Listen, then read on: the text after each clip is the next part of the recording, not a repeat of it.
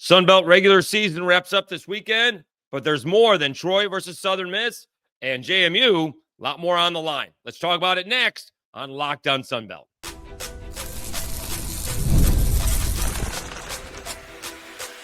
You are Locked On Sunbelt, your daily podcast on the Sunbelt Conference, part of the Locked On Podcast Network, your team every day.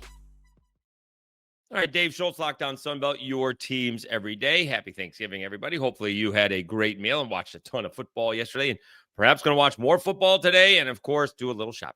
All right, we will get to more than just JMU and USM as we preview Week 14 a little bit more in depth, and there's the teams that are already going bowling, and you still got four teams that can go bowling. And the regular season is wrapping up, and it's been a down year for the Sunbelt. Let's admit that, and I don't think it's a problem to admit that. The teams had their shot, right? Texas State earlier in the year had a shot at beating Arizona State. Didn't take advantage of it. JMU had a real shot at beating Louisville. Didn't take advantage of it, right? We thought heading into the season, the Cajuns were going to be much better than they were, and maybe they would challenge Missouri. That was never a ball game. And Georgia Southern got the season off to a rough start by, playing well for a quarter and a half against Fresno State and then getting blown out by them and USC. So, we've had plenty of fun. It has not been boring in the Sun Belt. JMU going 4 straight games without giving up a point in the second half. Marshall competing with JMU, but maybe finding their quarterback moving forward if he has any eligibility left. Those things seem to change on a regular basis. Coastal Carolina with a big win over Marshall. The Cajuns finding their quarterback. Right, Troy kind of coming out of nowhere to compete for a Sun Belt championship, and Southern Miss turning their fortunes around, winning 1 ball game last year, and though riding a 2-game losing streak right now, still playing for the Sun Belt championship. So it has been the Fun Belt for sure. They just don't have. Usually, we get like 1 or 2, wins over a Power 4 or even a big, G5 program, maybe beating Memphis or something like that. But it did not happen. Arkansas State certainly had a shot against Iowa State. Couple Kohls don't go their way, but the Sun Belt could not pull it off. And for that reason, JMU is in the position they are in, among others, right? Some of that, unfortunately, is on Old Dominion. They had a shot against Indiana, right? That could have gotten the season off to a great start, but they turned the ball over, preventing that from happening. And then they stubbed their toe against Marshall. If ODU's only 2 losses were against JMU and Indiana, JMU would be looking a lot better these days, right? Because ODU looks a lot better. And just so it's just been that kind of year for the Sun Belt. Georgia Southern didn't live up to at least my expectations. I'm sure they didn't live up to their expectations. The Cajuns have had a rough season, although I still think it's been a heck of a coaching job by Mike Desimo. I think Tony Gibson's done a great job. Now Loggins comes up with a big win. We always want to see, what Bob Chesney has been doing or Charles Huff has been doing. Jared Parker's done a great coaching job. We have some questions. What is going on at ULM? We thought they were going to be better. They're not. All right. We'll see if they can upset the Cajuns. And Georgia State has not taken that next step. There is plenty of positives that I can go around. Even South Alabama. Right, South Alabama's not going bowling. But if they go into San Marcos and wave hasta la bye-bye to the Texas State Bobcats in their final Sun Belt ball game, that takes off some of the disappointment that this season was. They finished up 5-7. They were 2-7, and win 3 in a row and really competed. Their one loss was they lost to the Cajuns in the middle of that. So, and they should have beaten Arkansas State, right? So there's plenty of positive to go around. We'll see if any changes. There was there's reports, I guess, that Bob Chesney is being looked at Penn State and UCLA. All right. The UCLA seems to be an odd fit, but, you could do a lot worse than Bob Chesney, let's be honest. And again, that is, talk about a skyrocketing opportunity going from Holy Cross less than 2 years ago to Penn State or UCLA. Holy cow. And we'll see if there's any firings. We'll find out quickly, right? I'm working. I'll be back at work for Saturday and Sunday. So we'll find out.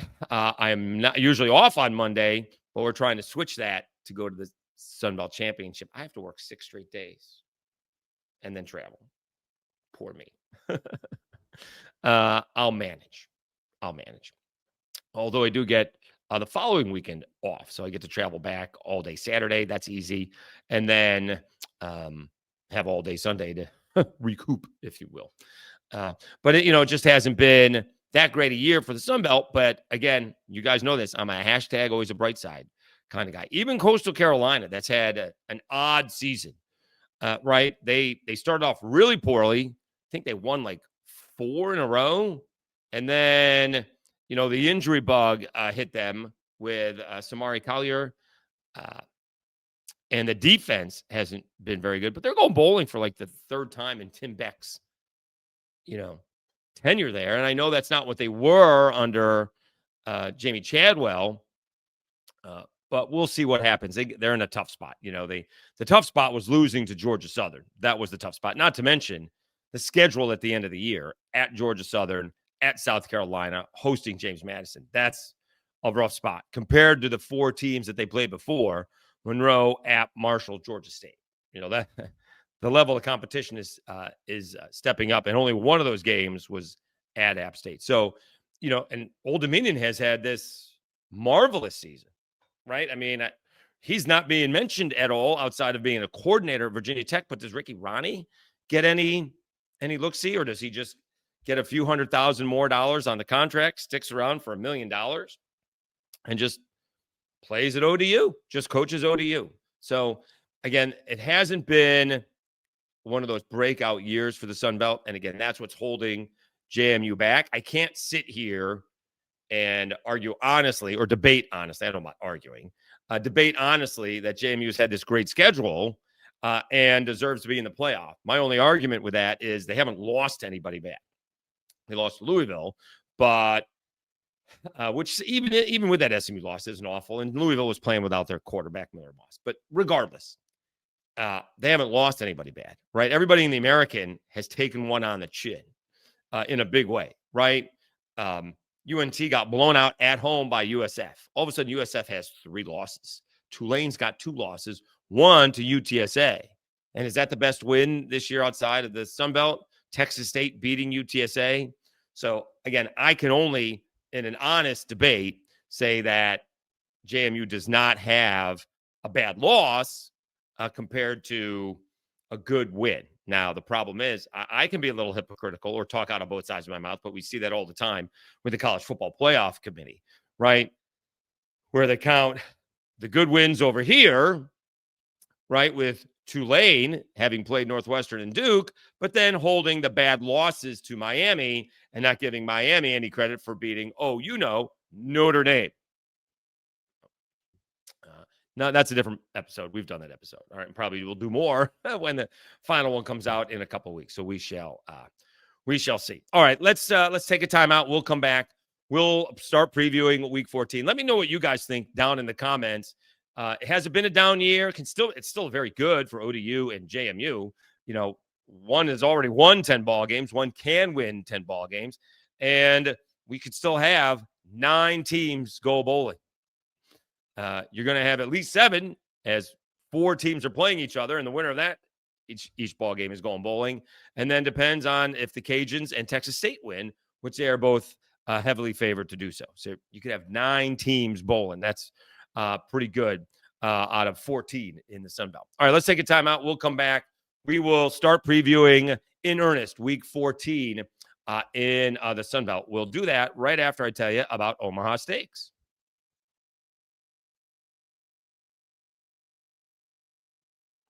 The holidays always feel a little easier when you already know the perfect gift. And Omaha Steaks makes it almost too simple. Whether you're treating yourself this season or sending something memorable to family and friends, Omaha Steaks delivers handcrafted perfection right to the door. And this week is the best time to jump in because their cyber sale is here and the deals are huge. I've given Omaha Steaks as a gift before, and the reaction is always the same. Excitement when the box arrives and even bigger smiles when everything hits the grill. Even bigger smiles when someone does that gift for me. The quality is exactly what you hope for. Incredibly tender steaks, rich flavor, and the meals make hosting or weeknight cooking easier. Save big on unforgettable gifts with Omaha Steaks. Visit omahasteaks.com for 50% off site-wide and an extra 20% off select favorites during their cyber sale. And for an additional $35 off, use promo code COLLEGE at checkout. That's omahasteaks.com, promo code COLLEGE. Terms apply. See site for details. That's 50% off, an extra 20% off, and an additional $35 off. They're going to start paying you to buy Omaha Steaks.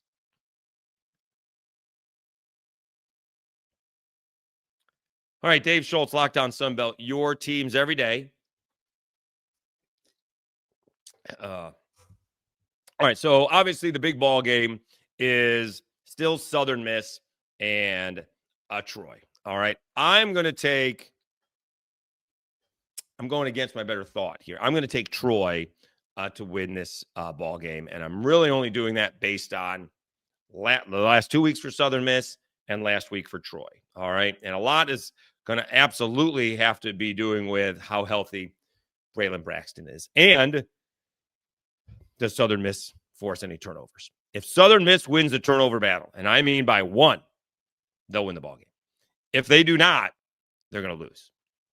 For whatever reason, this 4-2-5 defense, which I'm just not a big fan of. Syracuse played like a 3-3-5.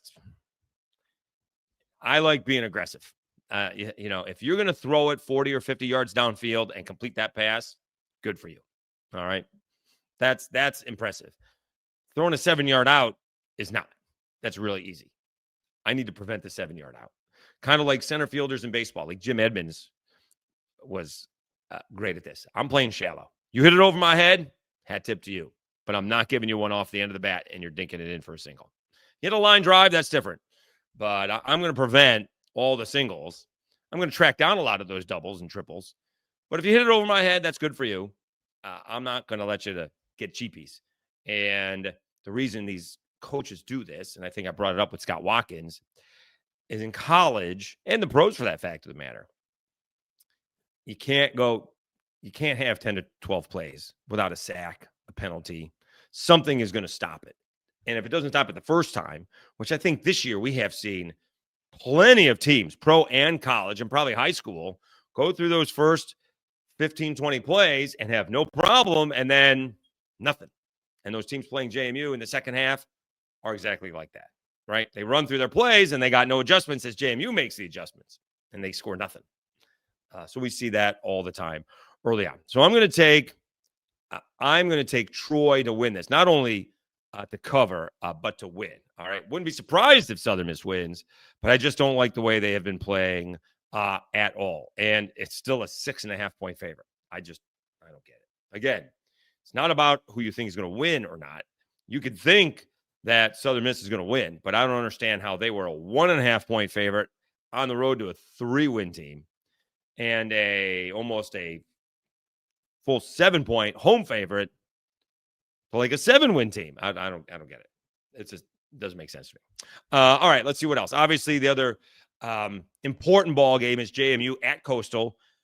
Coastal can win their 7th. That would be a huge notch on their belt if they were able to take off a JMU. I did have somebody in the comments say, JMU is going to try and run it up on Coastal, and that's going to be a problem. All right, JMU running it up as they did the other week didn't really help. So you need to go out there and win the ball game. If you can do it impressively, that's great.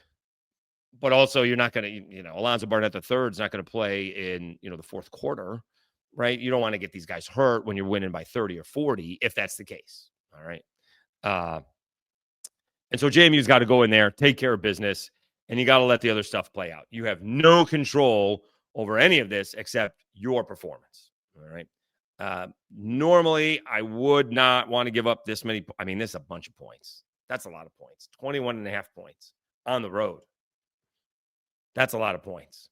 But we could see this 35-10. Heck, you can see it 35-7. So I'm going to take JMU. That's a lot of points on the road. I'm going to take JMU to cover and to win, obviously. All right. And then we have some other ball games. Obviously, you got the 2 ball games that have directly bowl eligibility implications. You got Marshall hosting Georgia Southern, Marshall 5-6, and Georgia Southern 5-6. And it's amazing. One coach has done a pretty good job, I think, and one coach hasn't. Now, obviously, Clay Helton is in his 4th season, right? Maybe it's just his 3rd. Maybe it's his 3rd. And no, it is his 4th. I think it's his 4th. I guess I could check. Anyway, and whereas Tony Gibson has done a pretty good job. Okay, they've melted down a couple of times. They gave JMU all they could handle. They melted down against Coastal Carolina. Marshall fans will tell you they melted down against the Cajuns. I would say that was more about the Cajuns than it was about Marshall. Changing quarterbacks and offensive strategy in the middle of a ball game. That was impressive for the Cajuns. So I thought that was more good Cajuns than bad Marshall. Whereas Georgia Southern has just not lived up to the expectations at all. Their first 2 wins, nice win against Jack State and Maine. Then they lost to James Madison, fell behind Southern Miss, made it closer, struggled with Georgia State until the 4th quarter. Did have a lead on Arkansas State, lost that by 10. Did blow out App State for a minute before App State made that a ball game. And then they did have a nice win against Coastal when there was no defense at all. But then they followed it up with a 45-10 loss to Old Dominion. Losing to Old Dominion is one thing. Getting blown out is another. So those two things, they're not the same. Losing is losing, but losing, 45-42, a little bit different than 45-10. All right. And so I think Marshall is going to be okay. We will see. Scott Watkins thinks that either Clay Helton is gone this year or next. We shall see how that works out. And the other ball game that's got both teams can go to a bowl game is Arkansas State and App State. App State's another one of those teams that, a couple of weeks ago, they were playing for the chance to win the West, right? They beat Southern Miss. After they beat Troy, they have a chance to win the West. Now they're playing for a bowl game. All right. They lose to the Cajuns 34-30. Goal line stand by the Cajuns. That was a great college football game. And then now they are at App State. App State, all of a sudden, they've had, who knows who the quarterback's going to be, right? J.J. Kohl played last week. They've had quite the season per se, right? They did get off to a good start. Again, I'm never going to let that go. Fans were telling me how good Charlotte was. So they beat Charlotte and then Lindenwood. And maybe we found out at Lindenwood it was an issue because they didn't look very good at against Lindenwood at all. Got hammered by Southern Miss with all the turnovers. Did not look good against Boise State. Slipped past Oregon State. They won at Georgia State, which was impressive. And then they just kind of fell apart. They fell apart against Coastal in a ball game that they should have won. Their comeback fell short against Old Dominion. They let Georgia Southern get out white in front of them, and then they got embarrassed 58-10 against James Madison. And yet, having lost 4 in a row, they need to win their last 2 to go to a bowl game, and they beat Marshall on a late field goal, 26-24. And if App State and Marshall can go bowling in their coach's first years, I think that's a successful year. All right. I would tell you, I think what Charles Huff has done at Southern Miss is incredibly successful. He's probably not going to win Coach of the Year, although he still could. I mean, you win 8 ball games. If you beat Troy and you're playing for the Sun Belt Championship, you can certainly make an argument. But the 2 blowouts are going to be held against him, and Bob Chesney's probably going to win. All right. We'll see if Bob Chesney is accepting that award as the UCLA coach, the Penn State coach. We'll see when that happens. I would say, and we can get into this later this week. So apparently Eric Morris from North Texas is coaching North Texas through whenever. All right. That's going to be this week. And then the championship game, most likely, if they win this week against Temple. And then I guess if they beat Tulane, they're probably playing into the playoffs. He's going to coach that until their season ends. All right. Which is a grand total of a couple of more weeks. All right. While he's putting a staff together and, moving forward. We'll see what LSU does. They don't think LSU and is going to let Lane Kiffin do that, nor would Ole Miss want him to do. Obviously, there's a big difference between Ole Miss and LSU being conference rivals, and Oklahoma State and UNT. But we'll see what happens with Bob Chesney. Is he getting a new job? How much is he going to coach? And what about John Summerall at Tulane? Right, all of that's going to figure or could figure into the playoff selection. So there's going to be a lot going on, this coming week. Again, the model in the Sun Belt as of recently was Billy Napier coached the Sun Belt championship game, and then Mike Desimo took over, and it was actually his first game. They beat, ironically enough, Charles Huff and Marshall in the New Orleans Bowl. As I've mentioned before, Marshall, the Thundering Herd, got Levi Lewis in that ball game. All right, let's take a timeout. We'll come back and talk about the rest of the teams that could be going bowling right after I tell you about FanDuel.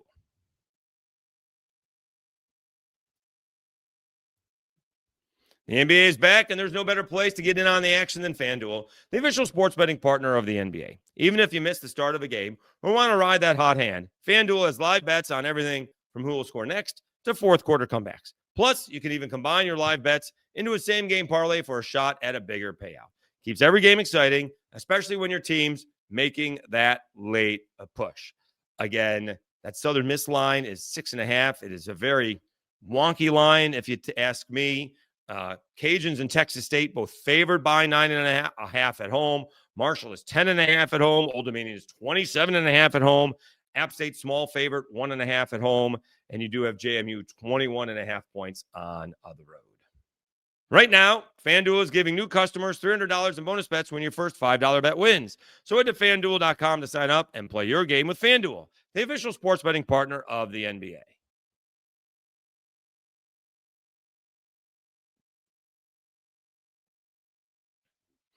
Dave Schultz, Locked On Sunbelt, your teams every day. So, again, you have the 5 teams that are already going bowling, right? Coastal Carolina, James Madison, already going bowling, playing each other. Southern Miss and Troy, already going bowling. That's 4. And then you have Old Dominion, which is 5. We mentioned App State and Arkansas State. One's going bowling. The other isn't right now. Marshall and Georgia Southern, one team's going bowling. So that's 7 teams. Half the conference is going bowling for a conference that has, what I just said, was down a little bit. Then you have the 2 other teams that have a shot at going bowling, and they're both big favorites. Excuse me. You have the Cajuns hosting Monroe. UL 9.5-point favorites over ULM. And again, the job that Mike Desimo has done with what is just an incredibly banged up team. The team was incredibly injured and suspended, and still went into Jonesboro and beat Arkansas State. They should beat ULM. Again, I'm not going to sit here and tell you ULM. I don't think they've given up. Right, a couple of weeks ago, they were up 14-0 on South Alabama. They got beat. I don't think that means you've given up. And there'd be nothing more for ULM to want to completely ruin the Cajuns season, as that's been done before, although not too recently. And so I would look for the Cajuns to win this ball game, and it's a masterful job of coaching. They didn't go 10-2 or whatever we thought they were going to do. They're not going to win the West. But again, some of these guys have done such a great job coaching in season, and I'm a big fan of that. All right. I know some Cajuns fans don't like Desimo. There was a reference. I don't know if it was specifically to Dez, because they didn't get a New Year's Day bowl. They got like a big time bowl last year against TCU, but they won the Sun Belt Championship, and they went to the New Orleans Bowl. Right? They just nothing. They got the big bowl game last year under Dez, and they got beat bad because they were banged up. Ben Wooldridge tried to come back too soon, and TCU was just too much for them. But I think Dez has done a great job, and we'll see what Bryant Vincent can do. I don't know if they're going to stick with Aiden Armenta, 9 touchdowns, 8 interceptions. That's not going to get it done. And Monroe, now that he can concentrate, if you missed the news, Sean Toohey Jr., kid from the blind side, if you will, not the football player, obviously, that's Michael Orr, but the son from the family is going to be the Monroe AD, reportedly. All right. And so we'll see how they can do trying to get better, right? They had a great shot last year. They won 5 ball games. I think they won 5 out of their first 6 and could not go bowling. And their one loss was to like Alabama. This year they were off to a pretty good start. And I don't think that, and they have done the same thing this year that they did last year. 1, 2, 3, 4, 5, 6, 7 losses in a row. That's going to look a lot like what last year's did. Last year's finished with 6 losses in a row. So not great. So they're going to look for some more depth and how you can get over the top. Also, with a chance to go bowling, Texas State, they're 5-6. They're taking on South Alabama. They are 4-7. Although South Alabama is 3-4 in the Sun Belt, Texas State 2-5 in the Sun Belt. So I guess if South Alabama wins, they both finish 5-7. And I guess if Texas State wins, they both finish 3-5 overall. Again, I think G.J. Kinney's done a pretty good job. I don't think they reached expectations. I think other people had higher expectations than I did for Texas State, but their defense is just bad. But, there's no, walking that back. Although they'd have a very good game. They did a very good game against the backup quarterback, Landry Liddy, against Southern Miss. And they played well last week against ULM. So maybe they have figured some things out defensively the last couple of weeks. And I think we've been over this, right? They had 1 blowout loss to JMU, and then their other 4 losses in the 5-game losing streak was given up, separated by 14 points. 5 losses, 14 points. One of them on an extra point try. That's not really on the coach. But nonetheless, obviously been a disappointing season. But if you can go, wrap it up with a 3rd straight bowl appearance, that's not bad. Same thing for Major Applewhite. They lost a bunch of players in the transfer portal. I think Bishop Davenport has played okay this year. They kind of fell a little down after they played admirably against Tulane and Auburn, and then just really couldn't get anything going for a minute there. Right. They got hammered by Coastal Carolina at home. That's really kind of where they started to spin out of control. Then they lost to North Texas. We find out North Texas is pretty good. They battled Troy. They lost to Arkansas State. They should have won that ball game. Then they could be going bowling with this win. They did have an impressive win in terms of playing the whole 60 minutes against Georgia State. They're actually down in that ball game and 2 Georgia State turnovers difference in the game. They battled the Cajuns, although they fell way behind. Fell behind Monroe, came from behind to win that one, and then kind of blitzkrieged, Southern Miss. That was like a 35-7 game, although it finished up 42-35. And so I think Major Applewhite has done a pretty good job. I'd be surprised if they got rid of Major Applewhite. We'll see what they're thinking about, and you got to worry about recruiting. Signing day's Wednesday of all things, and so maybe the following. I think it's Wednesday. Yeah, I think it's Wednesday. So you got to, finish all that up. I'd be surprised if they got rid of Major Applewhite. If they'd lost a couple more ball games, maybe, but I think he has saved his job moving forward. We shall see how that works out. All right. And so I'm going to take Texas State winning the game, but I'm going to take South Alabama to cover. I mean, that is a Schultz talking out of both sides of his mouth, but that's what we're going with. All right.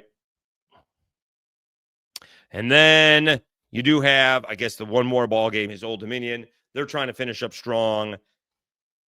And unlike JMU, who needs to look impressive, I think Old Dominion will be impressive. That's the only thing they're looking at is to, how badly can they beat Georgia State? They don't have anything else on the line to worry about, so they can just focus on the game. They're a 28-point spread. Old Dominion has been incredibly dominating the last couple of weeks. And the big question here will be, is Colton Joseph coming back? Ricky Rahne coming back? Can you build on this? Because, if Bob Chesney leaves, you do have J.C. French coming back. We'll see if Clay Helton comes back. See what the quarterbacking situation is at Marshall and Coastal. But ODU is going to be your preseason favorite if JMU is turning things over again. They'll be the preseason favorite in the East, if not the whole thing. All right. We'll see what the Cajuns do with their quarterback situation. So that's going to be that is all NIL stuff. how that is going to work out. Does Walker Howard stick around? Does Lunch Winfield stick around? Does one of them get a good deal to go somewhere else? Does Walker stick around to back up Lunch? Does Lunch stick around to back up Walker Howard? I would doubt it either way. So we'll see how that all works out. All right. In that one, obviously ODU, I'm going to take ODU to cover and to win that ball game. Okay. Mom and my brother are waiting for me. I think we're going to watch Knives Out, Daniel Craig. All right. Instead of football, because it's my mother and my brother. All right. I do want to thank you very much. I'm thankful for how much this channel has grown and continues to grow. Again, we just had a ridiculous day, best day that we've had all month, which was Wednesday. You never know what hits the algorithm. I don't get it, but I do appreciate it because you guys are the ones watching it. So thank you so much for tuning in. Enjoy the football. Have a safe weekend. I'll be back in Louisville this weekend. We'll be able to enjoy whatever's happening. Is anything happening Saturday night? I don't think anything is happening Saturday night, right? I'll be at work. I guess I'll get to see the end of the JMU ball game, which is at 3:45 Eastern time. So I'll be home by 5:30.